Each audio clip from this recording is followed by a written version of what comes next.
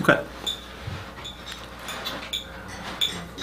Well, today we're doing Romans 11, 11 to 24. I apologize. I think last time I mentioned that we might jump to the all Israel will be saved section. That's actually verse 25. So you're like, wait a minute, we just missed that verse. Well, there's a reason for that. I think a discussion of that verse will take at least half an hour longer. Or more. So I've decided to cut the discussion right off at verse 24. I'm sorry, but if we put in 25, we'd be here till like 12:30. So we'd be just stuck here. So instead, I've decided to put 25 with the rest of Romans 11, and we finish with that off. That will be the kind of the primary discussion in 2 weeks when we meet. So that'd be kind of like, whoo-hoo, all Israel will be saved. How exactly does it work? But this discussion will give us a pretty good idea, how we're going to read that verse. It's going to start showing up. Okay.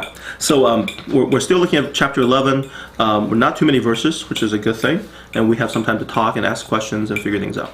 Okay. A quick review. Oh no. Just 1 second. Oh, here we go. The computer's doing that spinning thing, which is always a bad sign. Okay.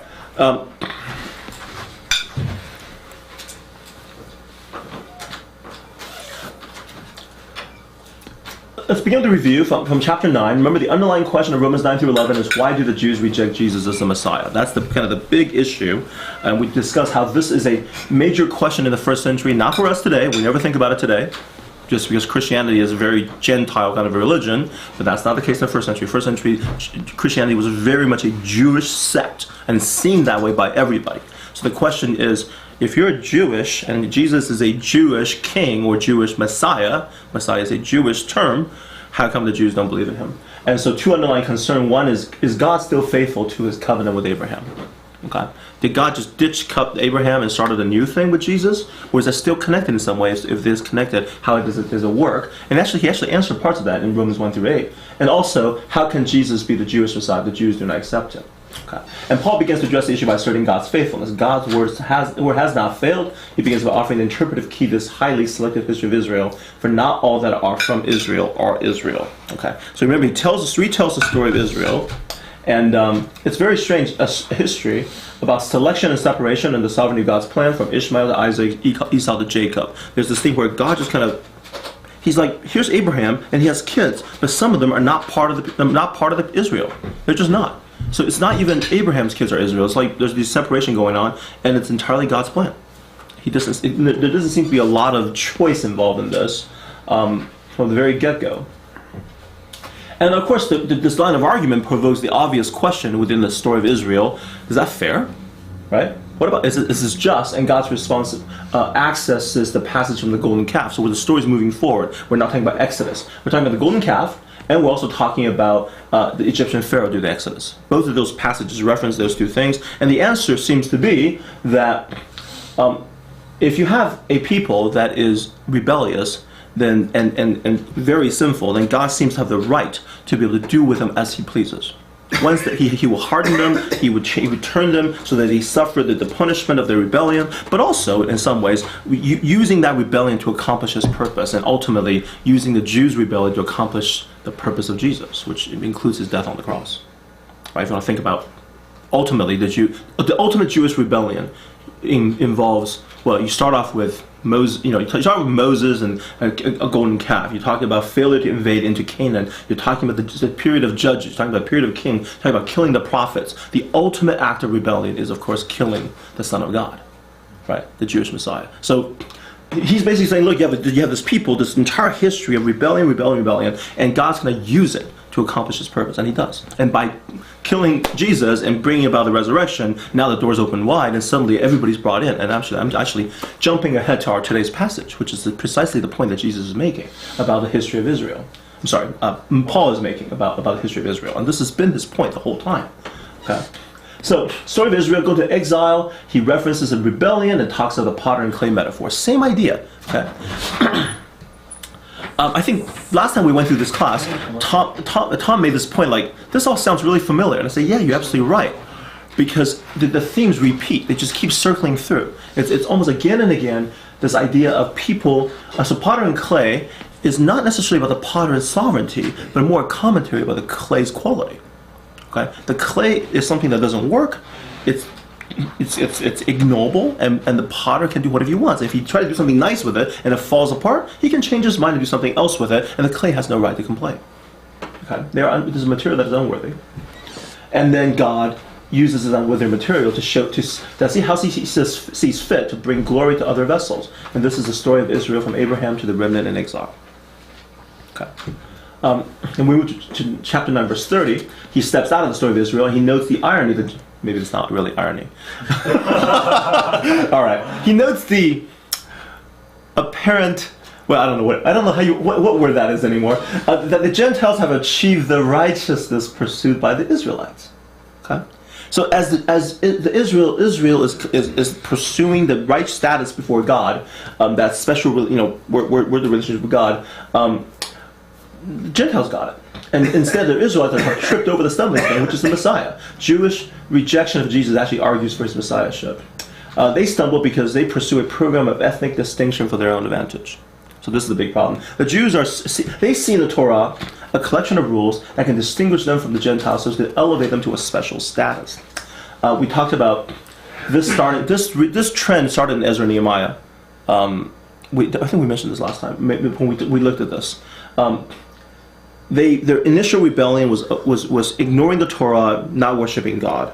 When they came back from the exile, they read the Torah, and once again they missed the point of the Torah. So before it was not worshiping God and worshiping other idols. When they come back, it's all about God and us, and ignoring the point of the Torah, which is blessing of the world. So they turned the Torah into a collection of rules in which they have a special status and elevated themselves over the Gentiles. You saw that in Ezra and Nehemiah, in which they decided to ban Gentiles out of their assembly, mass divorce, which is really interesting.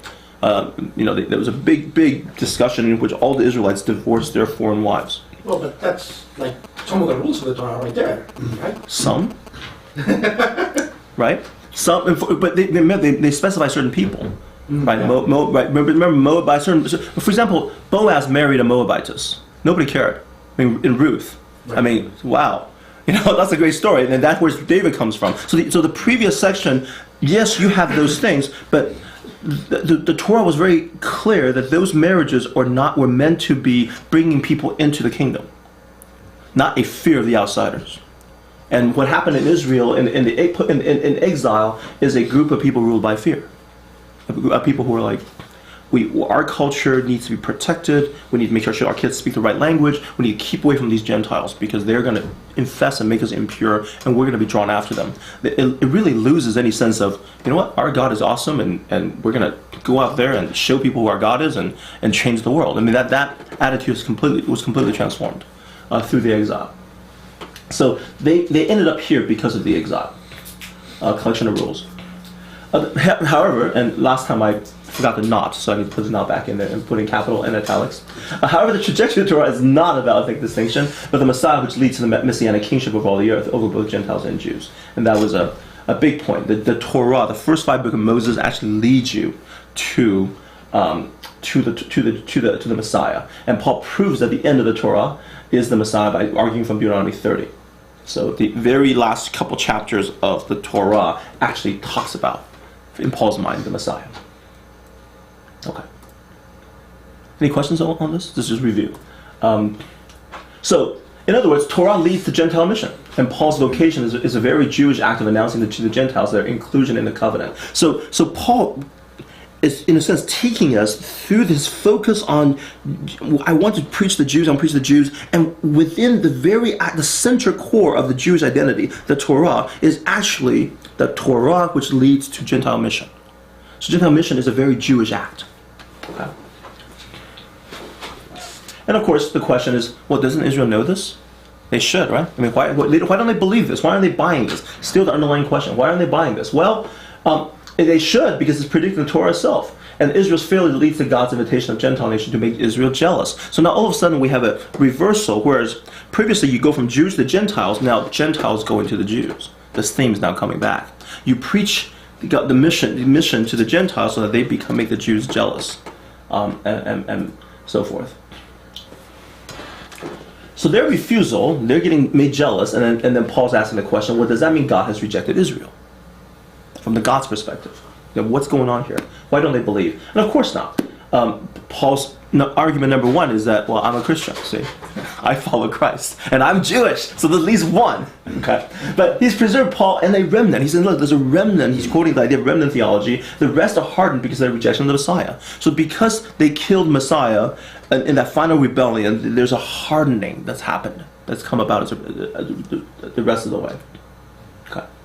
And that takes us to the present passage. Okay. So I just want to lay out today's passage a little bit. Today's passage really just kind of follow these three ideas. The first question is, did God reject Israel? Answer is no. The question turning the other side is, does Israel stumble until a permanent fall? Okay. So from God's perspective, God did not reject Israel. What about Israel's perspective? In their rejecting of God, in their stumbling, are they permanently fallen away? Okay. And he says no, and he answers this in three stages. Well, stage one, what happens to the Jews has been good for the Gentiles. So there's reason to suppose that Israel will become jealous and some of Paul's kin will be saved. So he thinks that it's not going to be a permanent fall because by getting the Gentiles involved, that's going to get the Jews involved back. Okay. Second, the unbelieving Jews are broken branches. If wild Gentile branches can be grafted in, and surely it's even easier to graft into broken branches. So we're going to touch on that later today. And then stage three, of course, is that God's faithfulness to Israel will be completely fulfilled with all Israel being saved. So that's going to be his concluding remark. All Israel will be saved, and that's coming up next time. We're stopping at verse 24 today. You weren't here for that. Because verse 25 is going to take a while. So we're saving that till next time. Okay. Now, what's interesting about this section is there's an underlying issue that suddenly shows up that really hasn't been present, and we would not be aware of it unless you read this passage. And then you start thinking, oh yeah, that makes sense. And that underlying issue is that not only is there Jewish superiority, there's also Gentile superiority in the Roman Church. Okay, and we talked about this when we did Romans 1 through 8. We talked about how the letter of Romans probably shortly followed the ascension of Nero.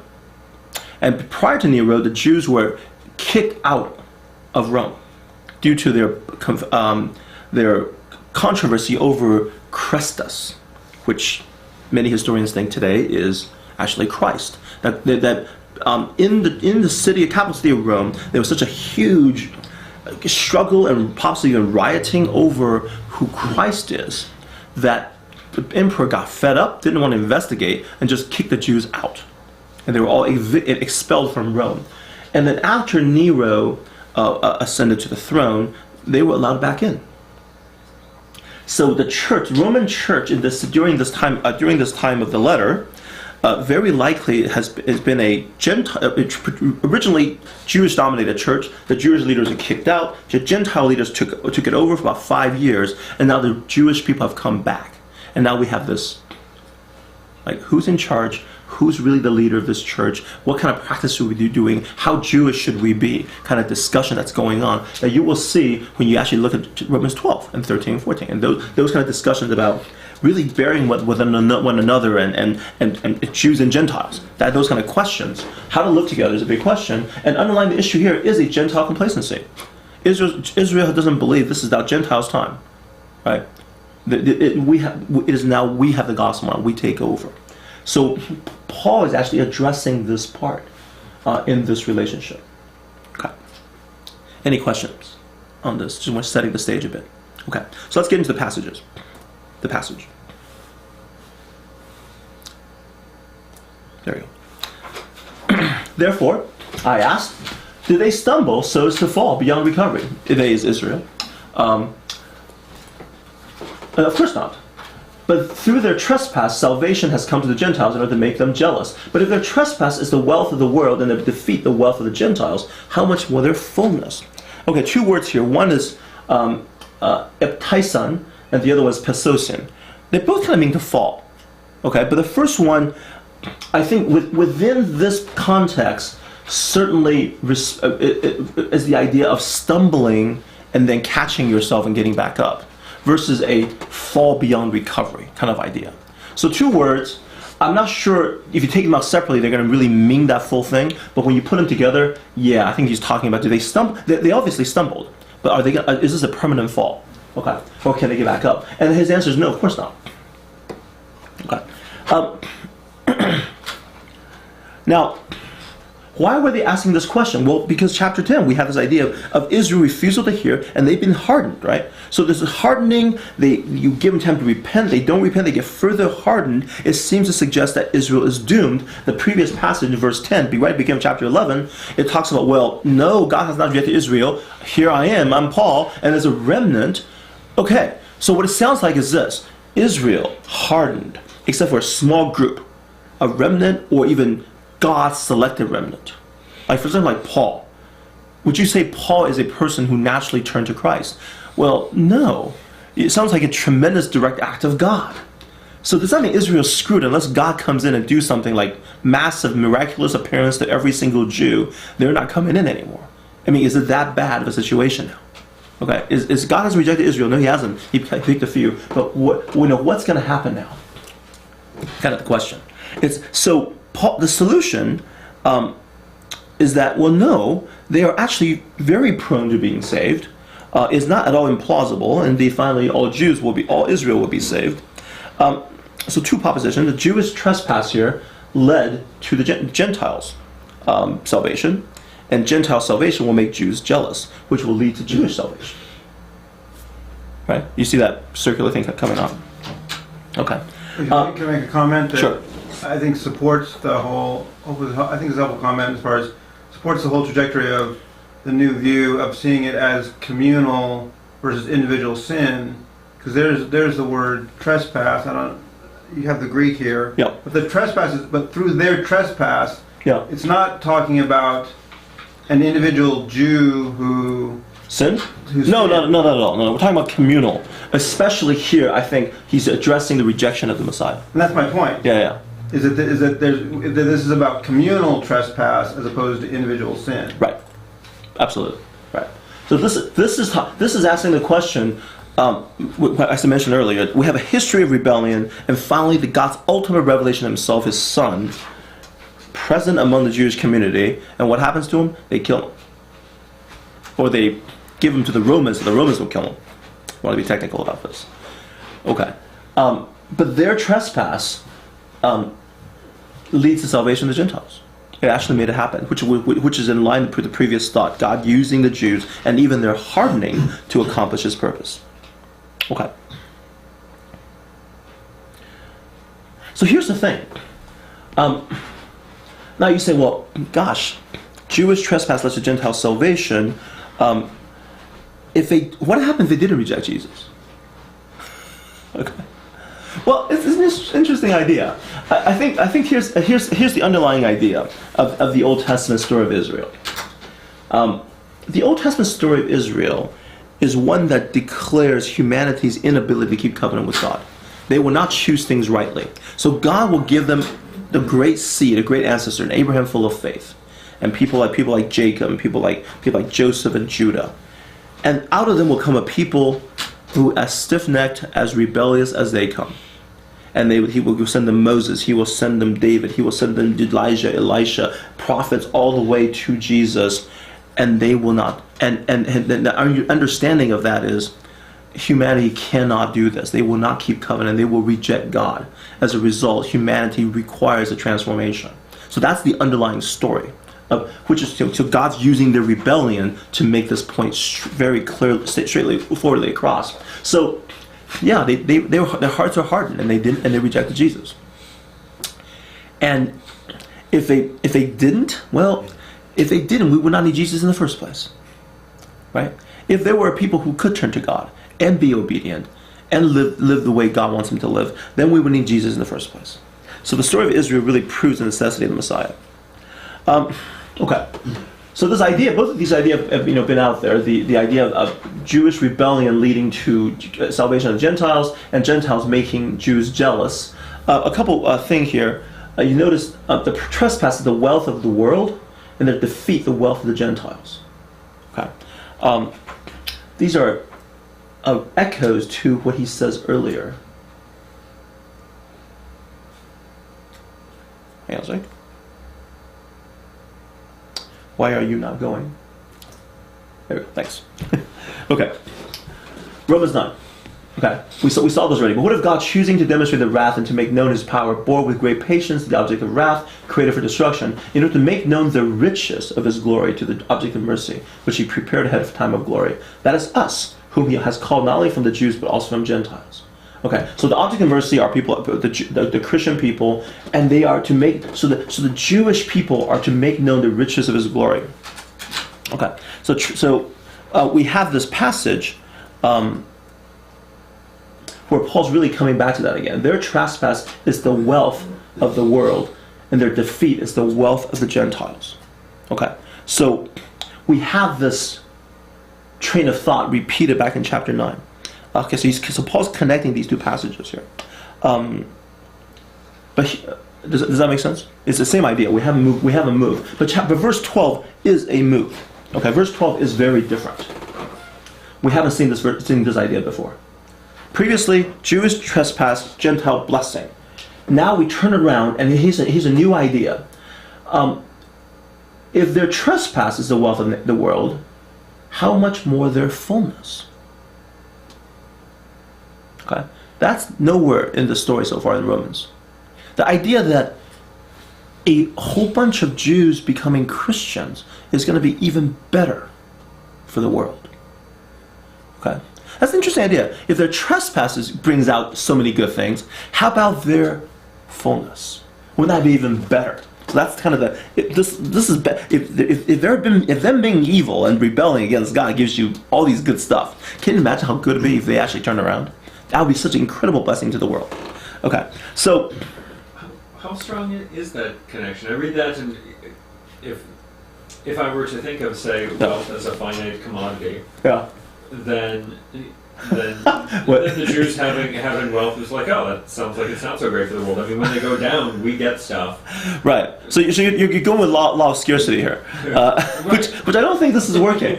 I don't think this is what Paul's going for. Right. He's saying if their trespass leads to the glory for the Gentiles, then his argument is bringing the Jews in is even better.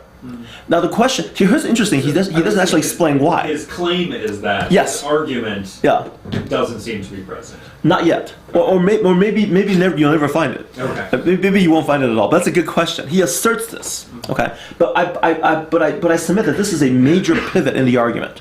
We're moving in a different direction now. Previously, has always been moving. Okay, why were the Jews here? Oh, they trespass, bring about the Gentiles. There's always one direction, and now we're suddenly concerned with. Yeah, but we're concerned with bringing the Jews in. Because that's been the original concern all along. Why don't the Jews believe? Why have the Jews rejected? Well, you know what? It would be a good thing if more of them came in. Their rebellion meant good things. Them coming in will be even better. Okay?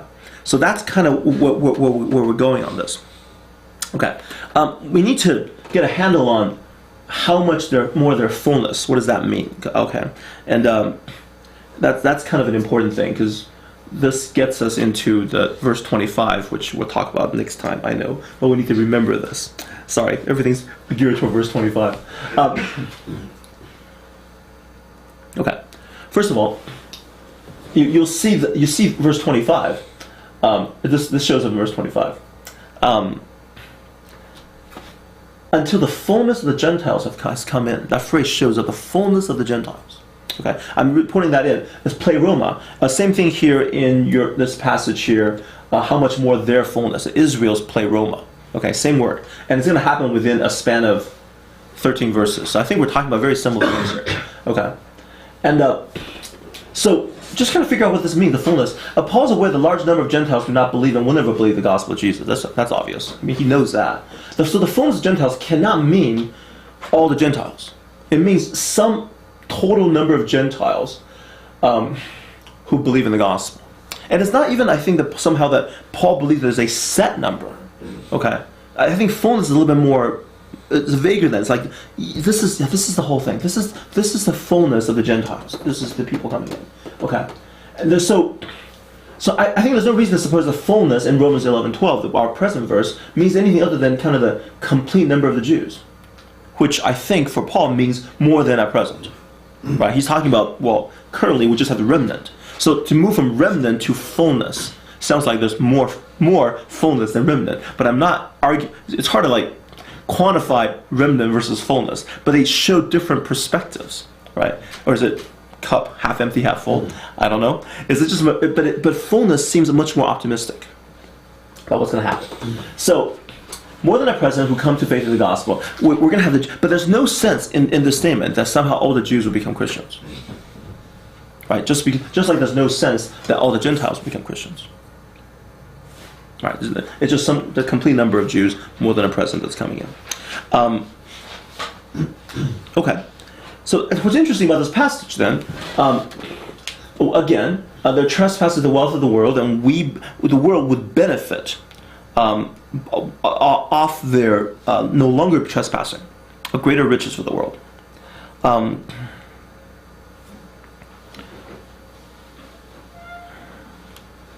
Okay. Now, this argument addresses a surface question, which is, did they stumble as to fall beyond recovery? No, of course not. They are people who blessed you through their trespass, and they will bless you even more through their return. And not only that, if you think about that, then Jewish mission, core of Torah leads to Gentile mission. Gentile mission makes Jews jealous and return them to their fullness, and their fullness then blesses the Gentile even more, right? That line of thought directed the underlying problem of the Jewish-Gentile relationship. What does it do? It just really ties their interests together, doesn't it? Right? Whatever is good for you, your community is good for their community.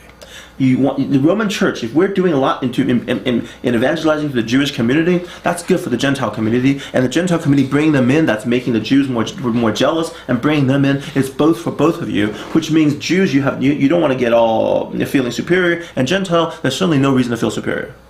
Okay, there's certainly no reason to think that you're the culmination of what God's planning doing. No. On the contrary, you're being brought in is actually used to bring them in.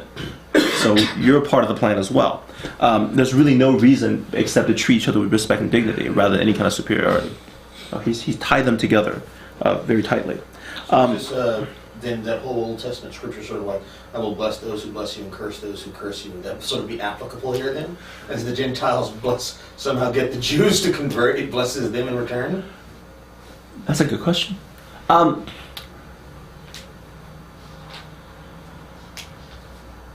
Wait, you mean you being the Gentiles? Well, the Gentiles. Remember, God just said, Yeah. bless. I'm just saying. Remember Right. that old scripture from the Old Testament. I'm going, Right. well, if the Gentile community blesses Israel, Yeah. somehow gets them to convert, and Yeah. that in turn blesses the Gentiles. It seems to be a fulfillment of that. Well, it's interesting you pull that up because that's right out of Genesis 12, right? And it's part of the promise to Abraham. So that passage is part of the blessing to the nations, Yeah. right? So I will bless. I will make a great nation. I will be, and through you I will bless all nations. That's right there. So yeah, I think the passage is smack on right on this thing, which is the relationship between. I would say the passage is relevant, but the application is slightly off. Because the application is over there in that passage is how the covenant community of God functions in the world at large. The covenant community functions as kind of a litmus test. People come and see and interact with the covenant community. In the Old Testament is Abraham's family, Israel, now church. They see it, they go, yes, we like it, and they're blessed in the process by joining in. People who reject it, God rejects them. And you see that happening, for example, in the Gospel of John very prominently. It talks about Jesus coming along, and people see Jesus, and they just have these massively different reactions. One is, oh yes, he's the greatest thing since sliced bread, and follow him, love him. And then people who see Jesus and just want to we're gonna kill this guy, right? So you have this blessing him, and then they're blessed, cursing him is cursed, and that vocation from Abraham all the way to Jesus to the church continues on. But it's very much a relevant passage. That idea undergirds the entire kind of Roman discussion about the Jews-Gentile relationship. Okay, before we leave this passage, I need to present something that I'm not entirely certain about, but N.T. Wright thinks it's a pretty big deal. So, and since we're kind of following him quite a bit, I'll stick it in here and see what you think. Okay, this is more of I'm like, it's interesting. I think it's provocative. But I think it's not entirely certain and clear. Okay. Actually, ooh, that's red. My bad. Trespass. One last point is that so Wright thinks that this passage is an echo to Romans 5. Because I'm going to read Romans 5 to you. The gift is not like the trespass of paraptoma. For if the many died by the trespass of the one man, there's one man talking about Adam, how much more did God's grace and the gift that came by the grace of the one man Jesus Christ overflow to the many? Again, the gift of God is not like the result of the one man's sin. The judgment followed one sin and brought condemnation, but the gift followed many trespasses and brought justification. For if by the trespass of the one man death reigned through the one man, how much more will those who receive God's abundant provision of grace and the gift of righteousness reign in the life through the one man Jesus Christ? Okay. Therefore, just as sin entered the world through one man, and death through sin, in this way death came to all men because all sinned. So this is the whole Adam, Jesus, two types of kind of two archetypes that Paul's establishing. Okay. Now, what's interesting, what Wright is saying is, if you look at the repetition, we have two really repetition, paraptonoma and then polomalone. We have paraptonoma, trespasses. And then, how much more? Argument. From lesser to greater argument. We have the same pattern here in verse 11. That through their trespass, salvation comes to Gentiles. And then, how much more? Okay. Now, I think this is awfully subtle for the Romans to be able to catch in hearing this. But, I'm not a native biblical New Testament Greek speaker, and I certainly don't know what the Roman Church knows. But it's entirely possible that Wright's arguing that what's going on here is a pattern that established Israel as kind of another Adam. Okay, Adam's trespasses led to the sin and transgression of many.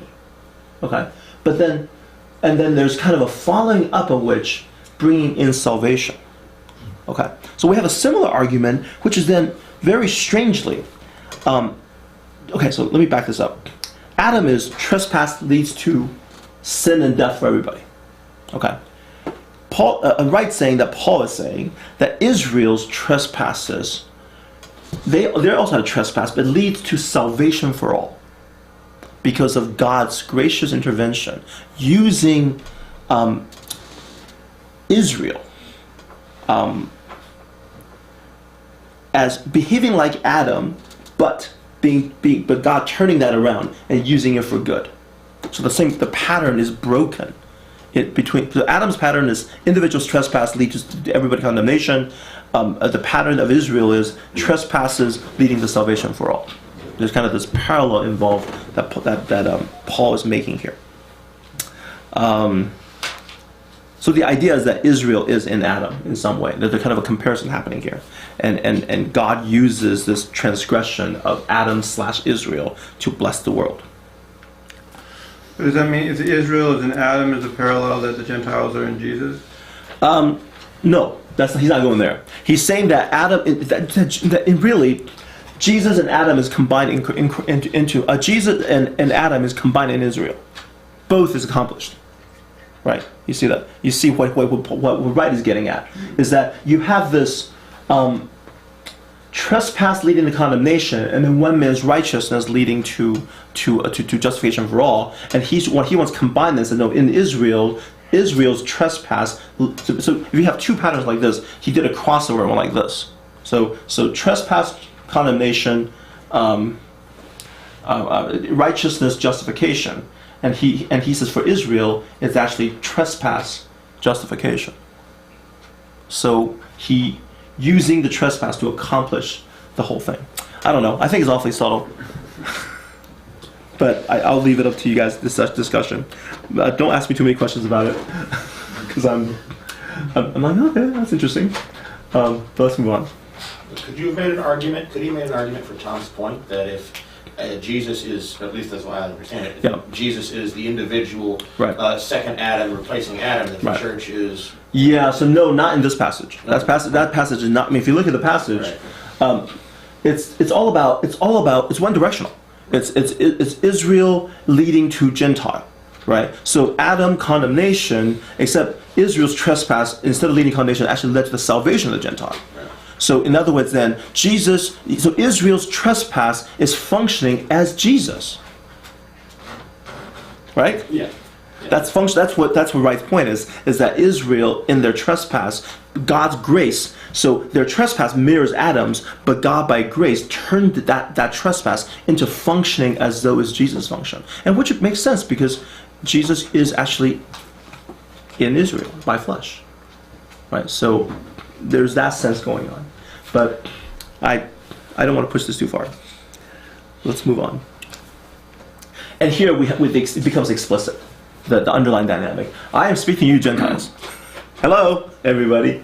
Okay, so we're talking to Gentiles in the audience. You guys have been kind of feeling like, oh yeah, the Jewish Christians got kicked out of Rome. We've taken over the church. This is our church now. We're feeling pretty good. They've come back. Well, you know what? We have new leaders now. Sorry. And, you know, really, the church, the growing side of the church, but just think about it. You have a bicultural church. And let's say one side is growing really well and one side isn't. Okay. How the power dynamics in the church. Okay. Well, we're providing 80% of the budget.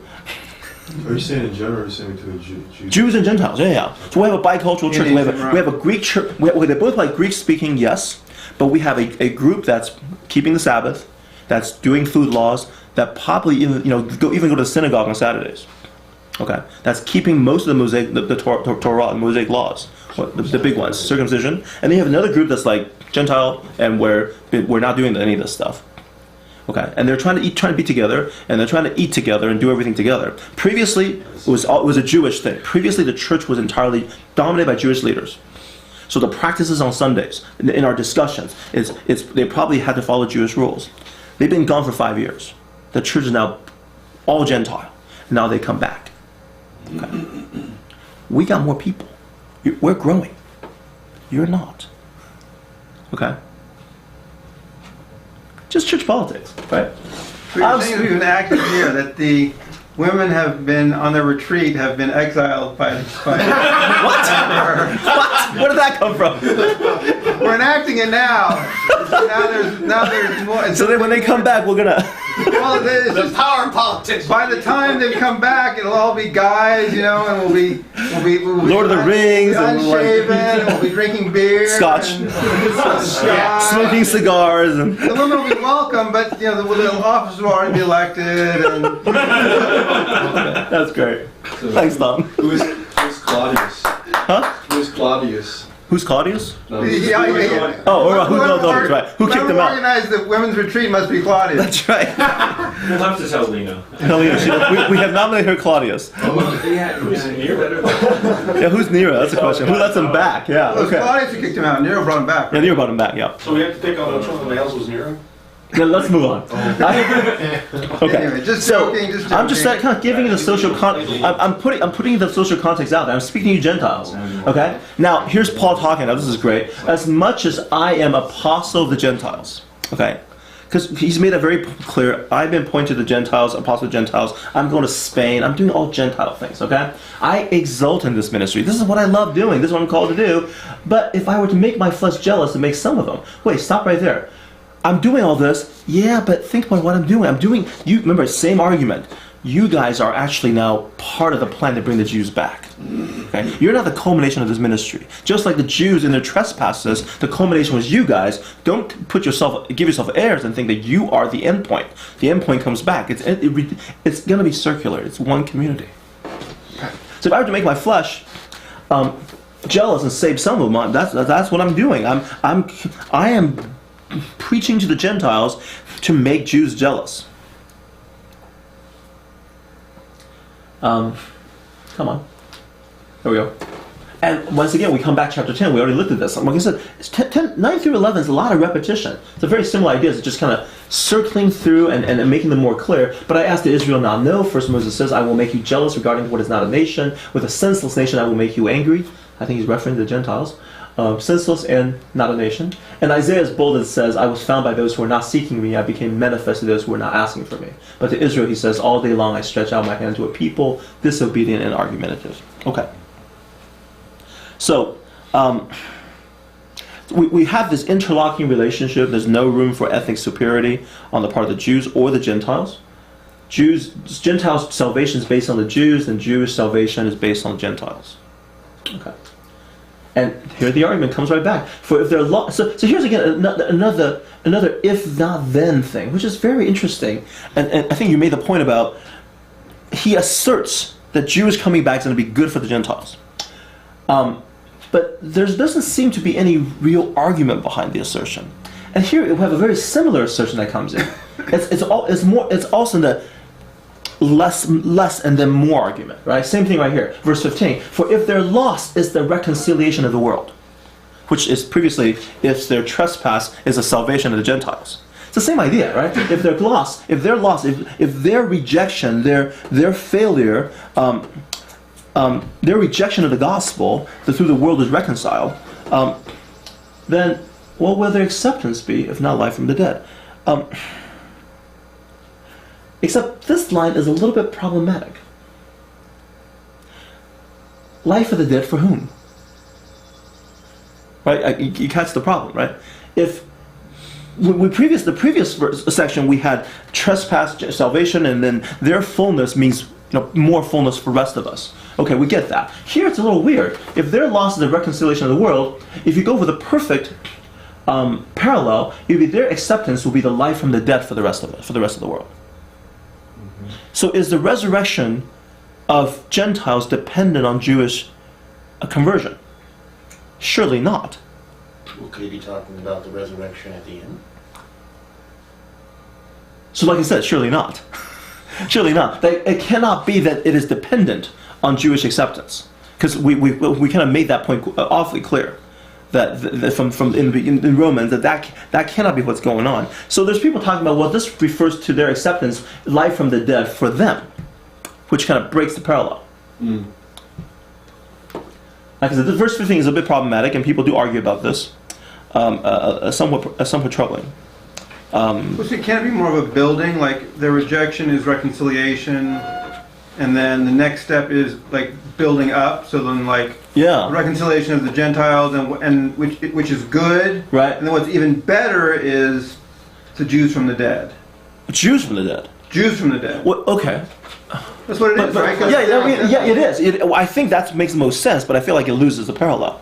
No, I mean you can make sense of it. I think. Yeah, you can. Yeah. The end's time, as opposed to not just salvation. I mean, certainly you're going to be resurrected from the dead if you are faithful to Christ. Yeah. But when will that happen? Oh, Yeah, I that's see. what I'm saying. So we're getting to an eschatological reading of this. This is like, their acceptance, Israel's acceptance, the fullness of the Jews, right. That marks the return, the full return. Yeah. Oh, we're going that direction. That's interesting. But that'll take us to verse 25 very nicely. Okay, we'll have to come back and look at that when we look at verse 25. But you're right. So that would be a reading. So one reading is life from the dead for the Jews. One reading is life from the dead for everybody. And to make sense of their acceptance as not being the immediate cause or direct cause, but certainly the marking. Mm-hmm. Okay. Now, so far, Paul has not mentioned any of this. Okay. If that is what he's getting at, he's being awfully subtle about it. Okay. There's no discussion in Romans about timing. That we have to wait for the conversion of the Jews for resurrection. Okay. Is there any implication in the Old Testament that the Jews? I mean, I know we have in the Old Testament you have to look upon whom they pierce like mourn for an only son. That doesn't have anything to do with. So the question really gets to is who is. I mean, the question is who is Israel has become the dominant question. So when you do Old Testament talking about Israel, in the New Testament, what do we mean by Israel now in the New Testament age? Paul has been going after the idea of the new vessel, which God calls out of Jews and Gentiles, and that being the new Israel.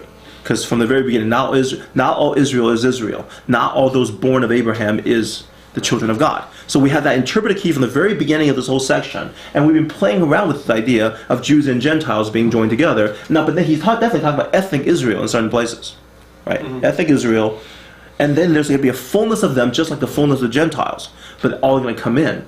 So I guess what I'm saying is, I would buy this a lot better if it's a little bit more explicit, because he hasn't mentioned it yet. Can the following verse help us out with that? I mean, the first fruit comes Yeah. right before the harvest, and so Right. it is an expectation of a fullness and a completeness. Right.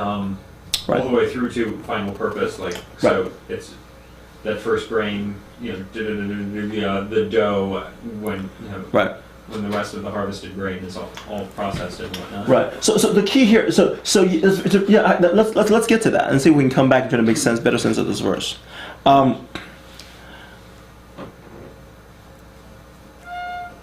First fruit. Okay. We have two images, right? We have. It's kind of weird. It's first fruit, dough, and roots and branches. Well, I think first fruit probably is connected to the dough. First fruit means just kind of the first part of the dough. So maybe we'll talk about it. I'll show you the passage in a bit. Here we go. There's really two metaphors here, and he's being a little loose with the metaphor.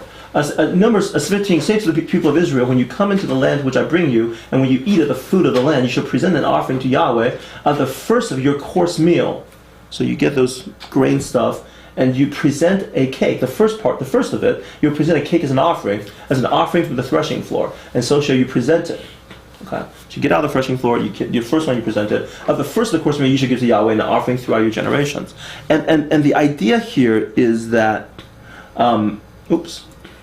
the idea is that you by offering that up, the rest of the dough is in some way made holy as well. There's kind of this idea of that the initial part is affiliated with what is right. The rest now also makes it holy. If you want to think about it that way, the first fruit would be, and within this narrative would be Paul and the remnant, the Jews who have become Christians, and then there's the dough. That's the rest of the Jews, the rest of the Israelites, and the having the Christian Jews would in some way renders the other Jews holy and set apart, and they're also going to be called in as well. If we go with the root, the second metaphor, it seems like the branches are natural branches are clearly Jews. The root is Paul. Is it Jesus, the Messiah? If you're talking about first fruits, wouldn't that be Christ then? He's the first born from among us. Well, yes, if you want to pull it out of there, but we're trying to deal with the problem of Israel, and within this passage. Okay, so we're not going to draw them straight out of passages. We're trying to make sense of this metaphor within this context. Okay. Well, first fruit being Abraham. It's a possibility. Yeah? So we have basically, you're saying Old Testament, but remember the Old Testament people, this doesn't work in this storyline, because Old Testament people they're the hardened people. But they were holy initially, weren't they? Yeah, but they're set apart and they just trespass, and now they're hardened. So we have a history of hardening, which God uses to bring about salvation for the Gentiles. And he says, well, okay, now what about the Jews? And he says, well, no, the Jews are going to come. There's going to be a fullness of the Jews coming in. And he says that because the first fruit is holy. First fruit of the Jews, current Jews. How about first fruit as the goodness that comes from the rejection of the Messiah? Ooh, interesting. So their act, the consequence of their action. Which is good. That's what he has said before. If that is good things come out of that, imagine what comes out. Yeah. Let me just put it this way. I think that the root is pretty clear once we get on part of this. But the first fruit and the dough issue is really problematic. What do you think stick with the root. What do you think the root is? Well, the root doesn't matter as much because it's pretty clear that where the branches are. That's really nice. So we know the root doesn't matter as much. The root can be the entire Jewish tradition. It could be the Messiah. It could be Jewish Christians because they're the first Christians. You can go in any direction you like from that, but the application is focused on the branches. So what about just God? God is the root. I think that's a little too. We'll get to that in a bit. I would argue that some kind of Old Testament tradition, people of God, covenant people of God, because he's going to argue that Gentiles are wild branches, which means they're not natural to this. Jews are natural part of they're organic part of this tree, which Seems like means the that Jews the are root, it seems like the Jews are branches and not roots. right. But the roots has to be somehow Jewish. Otherwise, why would the Jews be a natural fit to this tree? Well, so I guess I would say God's covenant Yeah. would be the root, and His people are the branches. Okay. I would say if you want to limit it to contemporary or current, Israelites and Gentiles, and then the root and being part of the Jewish tradition, or even Jesus, the Messiah, which is then draws even deeper into the Old Testament tradition. For Paul, that would be all connected. True, but can't you put God the Father in just as well as the Messiah? In the You could, but I would say God the Father is not cultural, whereas the Messiah is. Right. It would be very strange to say that the people God has created is part of a wild branch. That's not part of what God has. You know what I'm saying? Whereas the Messiah is a Jewish concept through and through. Without the Old Testament, there is no Messiah. Nobody understands what it means. Comment. With the branches, you also have the idea of the faith spreading out to the Gentiles. So he's not quite doing that. Oh, okay. Okay, he's not quite doing that. We'll take a look at that in a bit. So let's maybe we'll come back to this. I'm not sure how to solve the first fruit and dough problem. It's not real good. Sorry. Yeah, I mean, this idea is occurring to me that, I don't know, I mean, I'm taking it in totally my own direction. Go for it. It's probably, part of Everybody does. So. and it's definitely influenced by like a, sort of like a Catholic theology of communion. Okay. But Okay. I mean, if Christ is, so you have this idea of the first fruit of the course meal being offered up. Right. And because it is consecrated and made holy, The rest in is. some way the rest of the whole batch of dough is made holy. Right. So we offer up Christ as the bread of the new covenant, Right. as holy, and then perhaps Yeah. there's some way in which all who are under that umbrella of who partake of communion and receive of that, Right. that dough or part of the dough of the body are thus also made holy Right, in right. some way. So it's a totally different Right. what Paul But is saying, it's very helpful what you just clarified, because the question here is the trajectory talking about the Jewish conversion? Okay, if that's the trajectory of the argument, then the rest of the dough have to refer to contemporary Israel in some way. Israel who have not yet recognized Jesus as the Messiah. So then, what is the first fruits then? That's the question, right? So, which is why Jesus, Paul, and the remnant mentioned earlier. So having that is kind of a down payment. The rest of the Jews are coming. The fullness of the Jews are coming in some way. Okay. That's one of the way you can read that. And I like that all except for what leads up to it. Before it's Yes. you get the blending of the Gentiles and the Yes. and the Jews, Yeah. and so you get one kind of sanctifying the other Right. in sequence. And so it seems like if you're doing part and whole, Right. the rest of it seems to be a Jew-Gentile thing. And And if it weren't Yes. for that, I would like the remnant as the first fruit and Right. the rest of Israel as the dough. precisely. Which context do you go with verse 15, or do you jump a little ahead of time? And that's precisely I was about to point out that precise problem, which is that reading, making Paul and the remnant the first fruit, and the rest of the Israel the dough, doesn't fit 15 and the immediate context, which is somehow. You would almost fit the context. You almost have to say that the first fruit is actually go backwards. If you fit 13, you would say the first fruit are the Gentiles, making the dough, the Israel, jealous and bringing them in. If you go with 15, you would say the first fruit are the Jews, and then the dough are the Gentiles. You see the problem with this metaphor? It's like, which is why I'm very happy to move on to the branches. So Which is much clearer. Is it possible then that it's meant to say, things are made holy by association, and that's So a general principle that applying to all of these? Yeah. Oh, I like that idea quite a bit. I don't know if that's... he's basically saying there's some kinds of a first thing that sanctifies the rest idea. And if you want to go with Jew, Gentile, Jew, remnant versus rest of Jews, and make it all come together. The rest of the passage is saying, okay, this came first, which caused this. Right. But then later we're discussing this as the first thing that's causing this. Right. I mean, so if He's really illustrating the he is principle. going Right. circular. Right. So And Jewish fall brings Gentiles in. Right. Gentiles create cause the- Jewish so, children. Yeah. So we have multiple starting points then, kind of. in So sequence. so you really multiple aren't first supposed to fruits. nail down what is what, but more of the principle is being displayed, which then goes back to the underlying question of unity between Jews and Gentiles. You guys really shouldn't try to figure this out because you guys are all just helping each other in some ways. Yeah. That's a good one. That's a good one. We'll have to take a listen more. I mean, it's a possibility. The problem, like I said, with this particular metaphor is that it's like it shows up half a line, right? First fruit is holy, then also the dough, and then boom, we're done. That's the extent of the metaphor.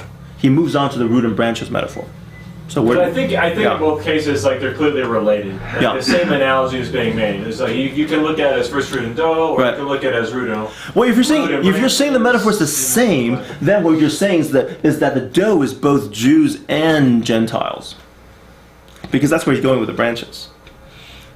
I would Right. argue, like literally, Yeah. that's Yeah. probably what he's doing. I mean, Okay. it's everybody by semicolon. Right. Well, I guess So- we're so- inserting the right. punctuation, but I mean, it's the same phrase. Right. You can look at it this way, you can look this, So that's what- this way, but So what we've been doing is we've been looking backwards.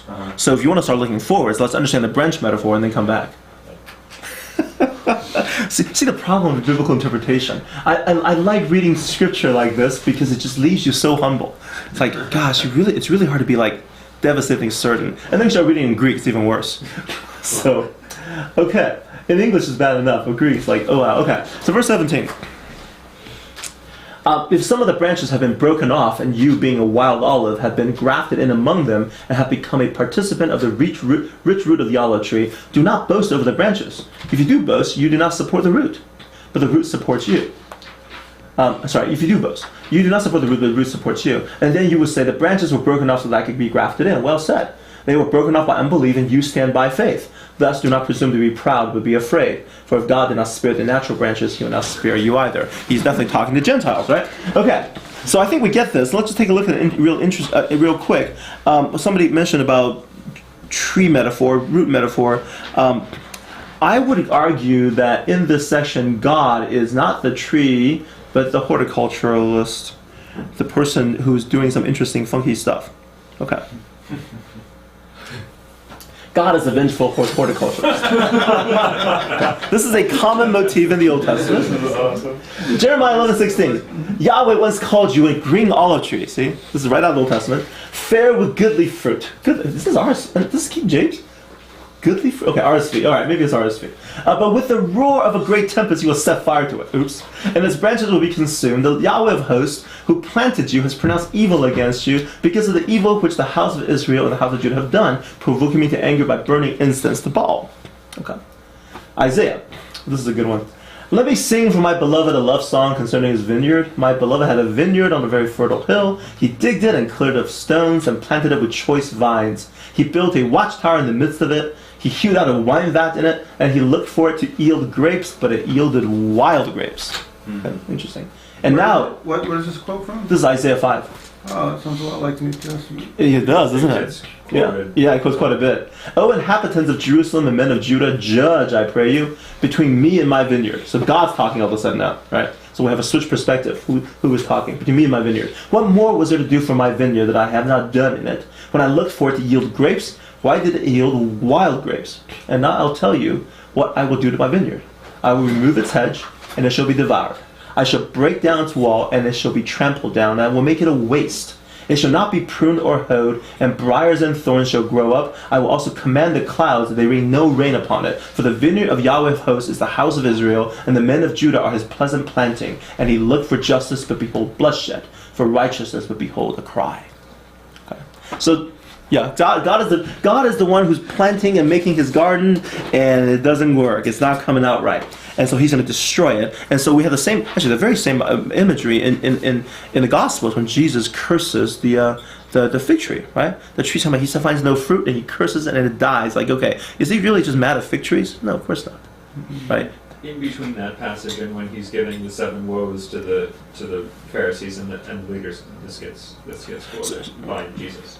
Even Or, by- I mean, in which gospel is this? Matthew. Right. Yeah. Right. So there's and they even there is that I think it's in Mark where they even structure this. On his way to the temple, he sees one. He couldn't find the fruit. He curses it, and he comes back, and the tree withers. Okay, and in between, of course, is his cleansing of the temple. So there's this very interesting structuring, which is like, okay, when you look at the parallel framing, oh yeah, the tree is the temple. The tree is Israel. I mean, it's like, that's what's happening. And Jesus is really reenacting Old Testament imageries of the vengeful horticulturalist. Okay, now, a couple of things to note. According to commentators, I am not a horticulturalist. So when I make these comments, I'm always a little nervous, but because there might be people sitting here going, "Oh, yeah, I know about plants." Like, we have a person who does plants here, so I'm like, I'll say it anyway. You tell me if I'm right.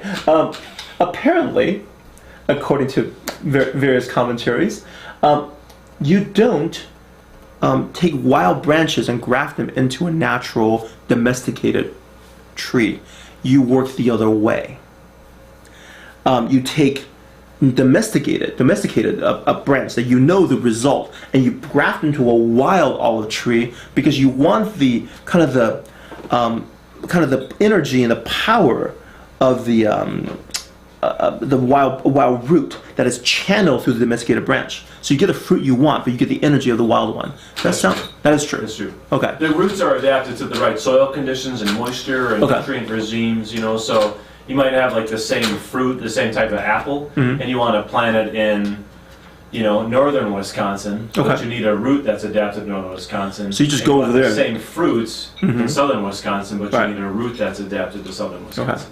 So you already have what you want, but you use the root that's adapted to the soil. Local conditions. Okay. So what's going on here is that if you know your horticultural, if when you read Paul, you go, Paul's doing something. That God is doing something completely opposite. He's breaking off natural domesticated branches and sticking in wild branches. Okay, that is it's really against the nature here. Okay. My sense is isn't it reasonable to suggest that Paul is not his doctoral degree is not in horticulture? Paul's not horticulture. Well, you don't need to be okay. Is loosely using a metaphor that we can get anyways? Okay, I would go with people planting. This is widely known among people who know how to plant things and graft things, not actually requiring specialized knowledge. Yeah. In an agricultural society? Agrarian societies, they ought to know how to do things like grafting, which Okay. are, not too complex. A couple of us. So I'm hoping that this is well known. But if assuming it's well known, then we would have a situation in which he's really making the point that you guys, remember, it's directly you Gentiles. Look, you guys are being brought in. This is a weird thing. This is against nature to start with. Okay. So if some of the branches have been broken off, domesticated branches, and you are a wild olive, okay, undomesticated, we don't know what kind of product we're going to get out of you, have been grafted in and become a participant in the rich root of the olive tree, do not boast over those broken branches down there. You have no standing. This is against nature. This is God's doing something pretty outrageous here, okay? So you don't really have any right to gloat. I mean, I'm sorry. I'm just thinking about Tom's question regarding whether Paul's the cultural skills. Yes. It's a good question. And I'm taking some liberty, but I see the very same spirit mindset that is operating with Isaac. Flesh versus the spirit. Abraham cannot boast that he got Isaac because it was all God's doing. Right. Naturally, it was just impossible. It was not going to happen. Right. And so this is the same thing here. I feel like it's something totally counter nature. So for Gentiles to come in, there's no boasting whatsoever. I mean, you're a different branch. You're like, you don't even fit this thing, right? The natural branches that are growing out of this tree, they've been broken off. Presumably God lopped them off, but you will see that. Okay, but that doesn't bring you in as an act of grace. It doesn't make you somehow like the owner of the tree. This becomes your thing now. Okay, you have not taken over the tree. In fact, that's precisely the point here. Do not boast of the branches. You do boast. Stop that. You do not support the root. The root supports you. It works the other way. Okay. Now, then you will say, well, the branches are broken so that could be grafted in. What's the point of that response? Well, I must be pretty responsible. I mean, I must be pretty good. I was better than the right. I must be pretty darn important. I must be better than those branches. God broke those off to bring me in. So I must be worthy. Okay, this may not be my tree. Okay? But I'm pretty worthwhile, right? So so Paul's response is, well said. Well, here's the thing. Yeah, we know what happened. They were broken up by unbelief, and you stand by faith. So nothing about you. Is you have faith in God, and they didn't. So they were broken off, you were brought in. It's not like you somehow, therefore, now run this tree. You have now control of this tradition. In fact, if anything, the right attitude is not pride, but fear. Mm-hmm. Do not presume to be proud, but be afraid. Mm-hmm. Be very afraid. Why? Because if God can lop off the other branches, He can lop you off. Right? Mm-hmm. That argument is like, look, you're a guest. You're not even naturally part of. Thanks for the help. I really appreciate that. Yeah. If the natural thing can get chopped off, then graft the thing right off. It wouldn't be even a second thought. Okay. Now, that's going to lead to all kinds of questions for the systematic theologians among us. We've had this huge passage early on about. I mean, this is where 9 through 11 is so funny because you got the 9, which people's like, this is about predestination, and then the people are going to come out and say, look at that, you can lose your salvation. It's like people are freaking out all over the place, and it's like okay,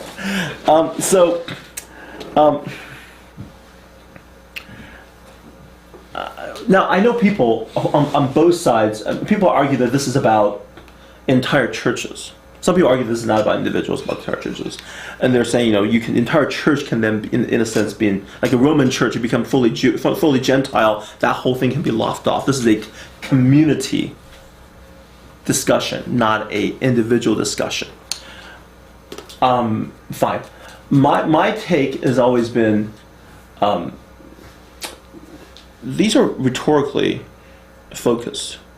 They're warning about attitude. They're not really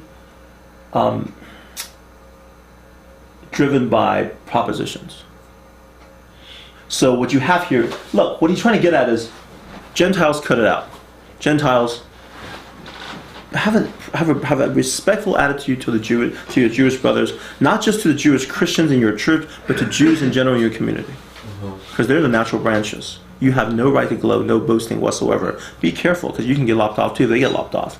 Okay. Now, is that statement there something about once saved, always saved? Is making those kind of arguments? I don't think so. I hesitate to read these passages in those systematic, propositional way. I think it's rooted in here to get across a particular mindset they ought to have. Okay.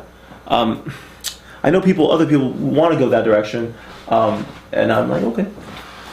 But it's hard to come from here and create a real clear system.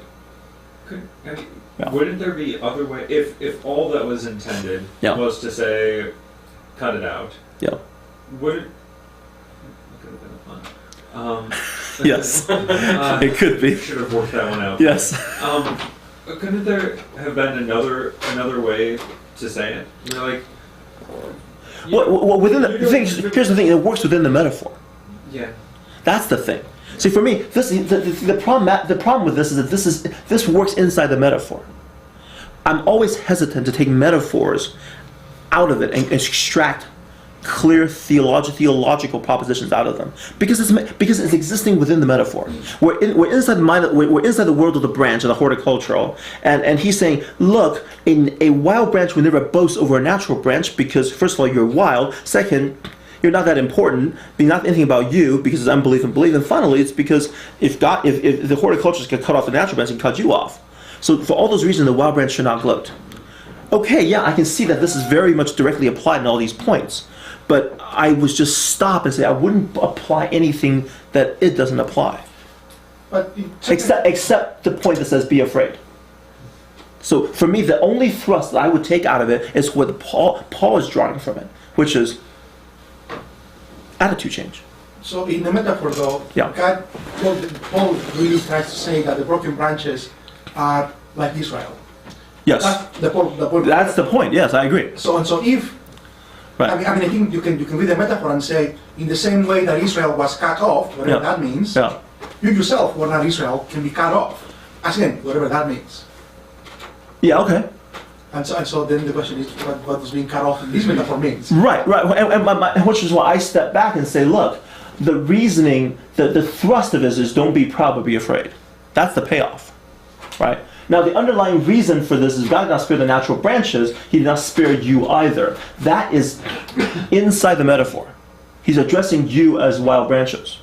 As you wild branch, God can cut, no, natural branch can cut you off. Oh yeah, second level, natural branch Israel, you Gentile. Individual Gentile church, don't know. So for me, the crossing out of biblical studies and into systematic is when we leave the immediate speech act, which is to convince Gentiles to be afraid and not be proud, out of that immediate speech act, and into now how does this passage work doctrinally about individual salvation? Which is not something that Paul is talking about. You have to admit. Right? It's not. That's not what's happening. That's not the point of this passage. So, but for me, that takes us to a different study, to the systematic study, and which I'm always a little nervous when people do that, because they are looking, especially it's a metaphor. If Paul had come out and said, "Oh, well," if Paul just came out and said, "If Israel can be, if the Jews can be cut off, then individual Christian, you can definitely lose your salvation." But there's no. Why were they talking about losing salvation here? At that part, I don't understand. There's no discussion of losing salvation here. Go ahead. I just want to make a historical comment. Because I've been reading quite a bit of post-Reformation church history for my research just recently, and I'm reading this and taking this to heart, and I'm thinking, wow, if some of the theologians, Luther, Calvin, and others afterwards, had taken this to heart. I realize I'm taking a sort of a tangent here, but when you look at the history of the church, there is such an air of superiority and over the Jews, yes, towards the Jews. It's crazy, and you're thinking, wow, if they had been taking passages like this to heart, that would have brought some level of humility and some level of So what and I like what you just said, because what it seems like is when we look at this passage, many people want to jump to the systematic theological question and individual salvation question rather than the actual point of the passage, which is don't boast over Jews. Okay, which is a really great point, and the church would have been very, very benefited tremendously by taking the actual message to heart. You are a wild branch. You are grafted in. Therefore, do not be proud, but be afraid, and do not boast over the Jewish community and the Jewish people. That's actually the direct application of this passage. Everything else is implicit and indirect. The context in the Roman church. Yes. Yeah. And I mean that I think the context continues on, right? So yeah. Isn't it usually fair to say though that if a certain claim is used in a line of reasoning, that you can say, okay, well, this claim is being made. It's a legitimate claim as a standalone claim as well. So Israel gets cut out, and Paul talks about what that has been and what its purpose is for before. So to say branches were broken off, we could look at that and say, branches were broken off. Branches can be broken off. The Jews, there was some pruning going on there. So isn't it also fair to say that this additional line of support, even though it's fitting into an argument, you can still say a claim is being made here about that branches can be cut off, and and the Gentile church Yeah. now Yeah. fits in this metaphor as branches Yeah. now. So then you, So there's right, something right. can come Right. up, whether it's individuals or Right. churches or Right, something. Right, before the right, and maybe I'm cutting off the discussion earlier than people would like, but for me, when you're in a metaphor, there's always a danger. So the thing is, Paul's using certain elements of the metaphor to do some interesting things. The question is, so he's using the wild versus natural disjunction to say wild has no right for pride and boast. He's arguing the reason for the breaking, which is he's actually importing something from the outside into the metaphor, which is very interesting, right? That they were broken for unbelief. You are stand by faith. I mean, in real life, no branches are broken off for unbelief. So he's pulling in the real life situation into the metaphor. The third metaphor, the third point of this, goes out from metaphor outward. So I guess what I'm saying is, you can appeal to dynamics within the metaphor or within the story that helps your rhetorical case. But I'm a little hesitant to say that dynamic is now it's gonna come out explicitly as a proposition. I'm just hesitant. Yeah. A lot of people do this. I would say almost everybody does this. Yeah. Almost everybody does this. So I'm not saying doing that is wrong. I'm trying to communicate hesitancy, because I think Jan's point is correct, which is we miss the main point of this passage. The main point of this passage is not about individual salvation. The main point of the passage is don't gloat over the Jews.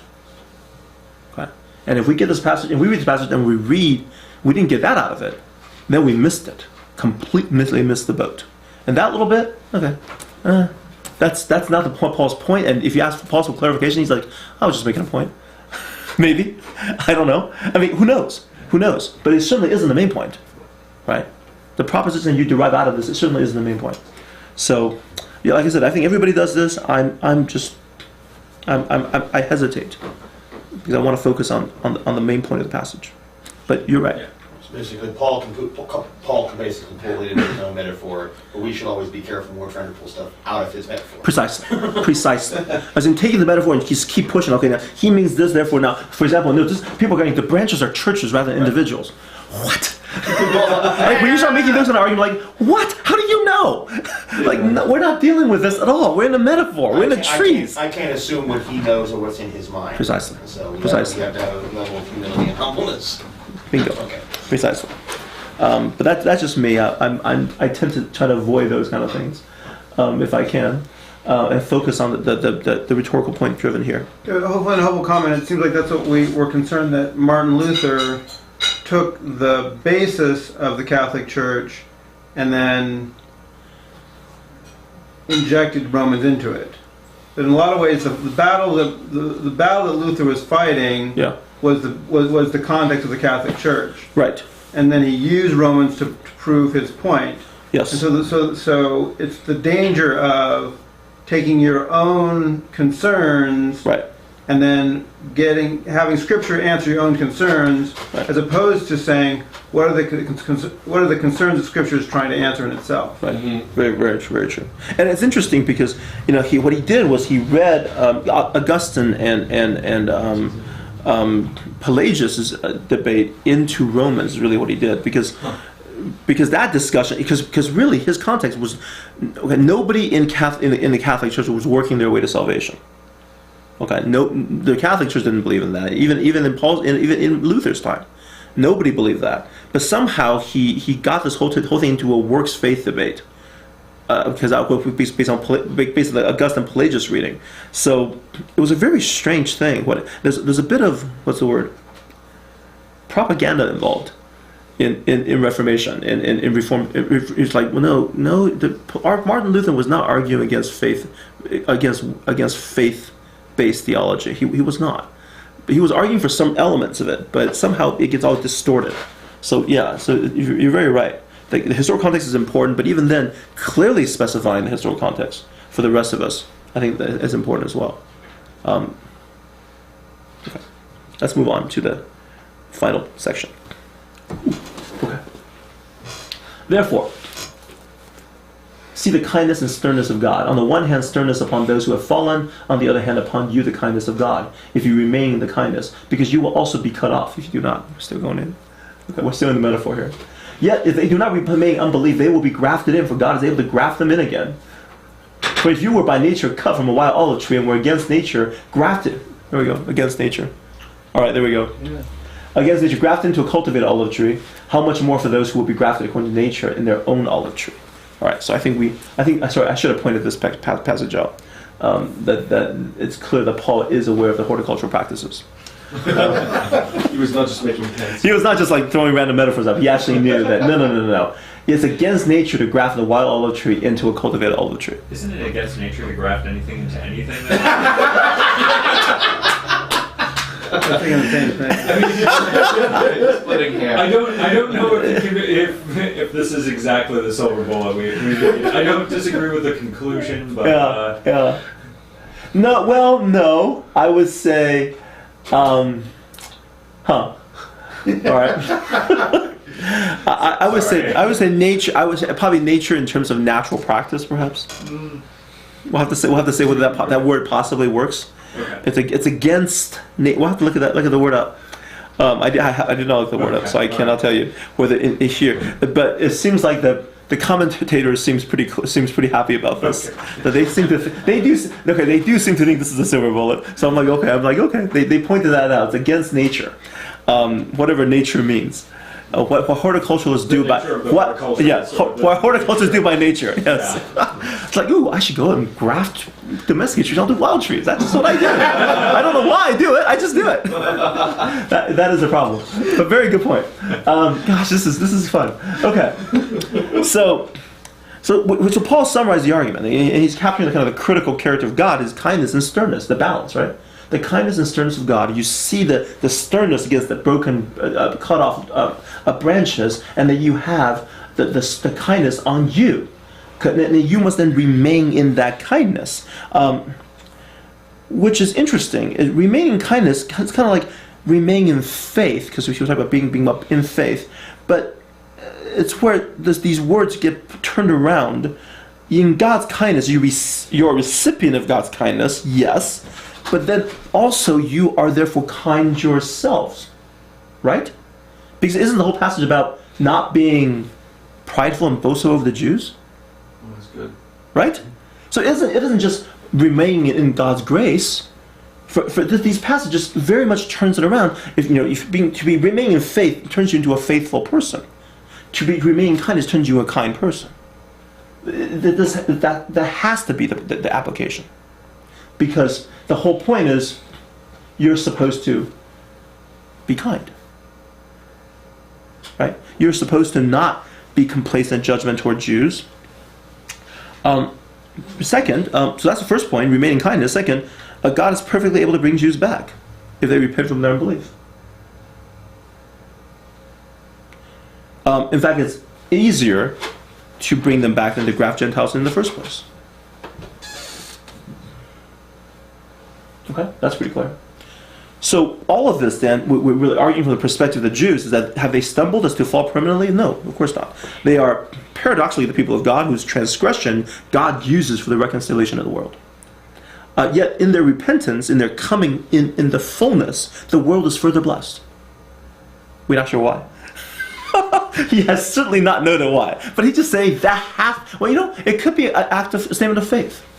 Look, if they're in their transgression, look what they're able to do for the world. How much more in their faithfulness? Wouldn't it be even better?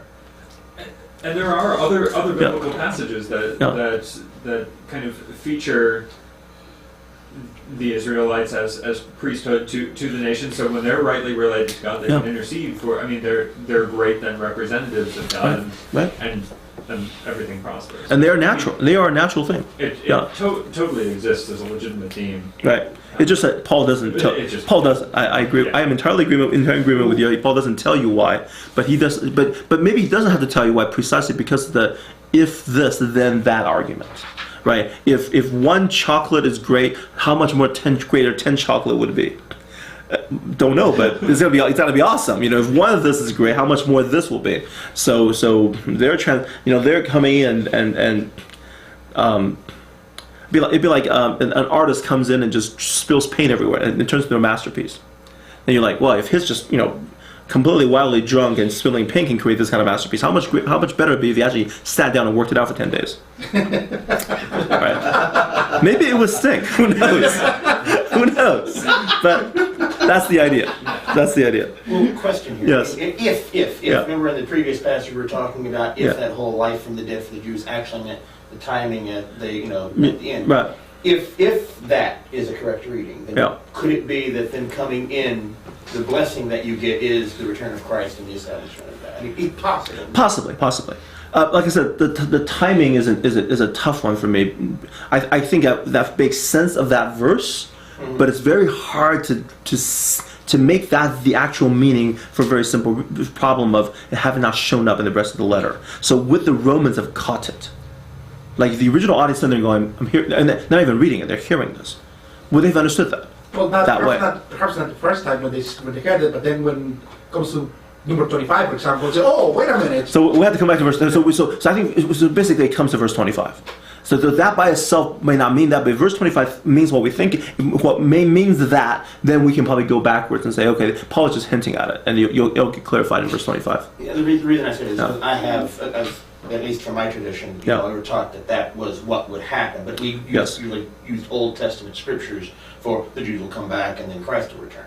So if they had the Old Testament scriptures, he might not have had to make it in the Bible, but I'm grasping. I don't know if that's. Yeah, we'll have to. We'll take a look next week because verse 25 is a challenging passage. So and I don't want to talk about it too much right now. Okay.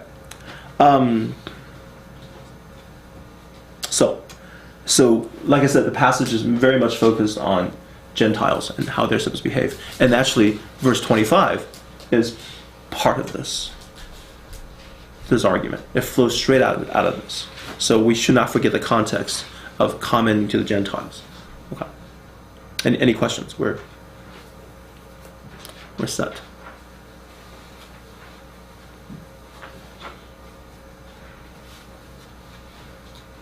Well, let's pray for us. And if you have questions, stick around.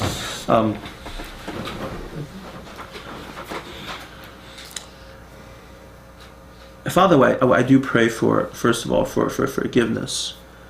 If when we develop boastful attitudes and pride, while we do not wish to judge those who have rejected you and those who, especially the Jewish, the Israelite people, and where they're at. Pray for any kind of attitude towards them that's incorrect, that is not kind, that is not of you.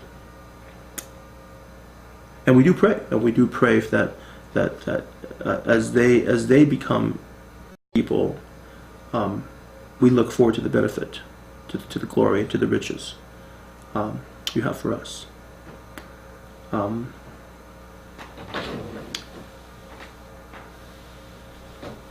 Thank you for our time together. Thank you for this word.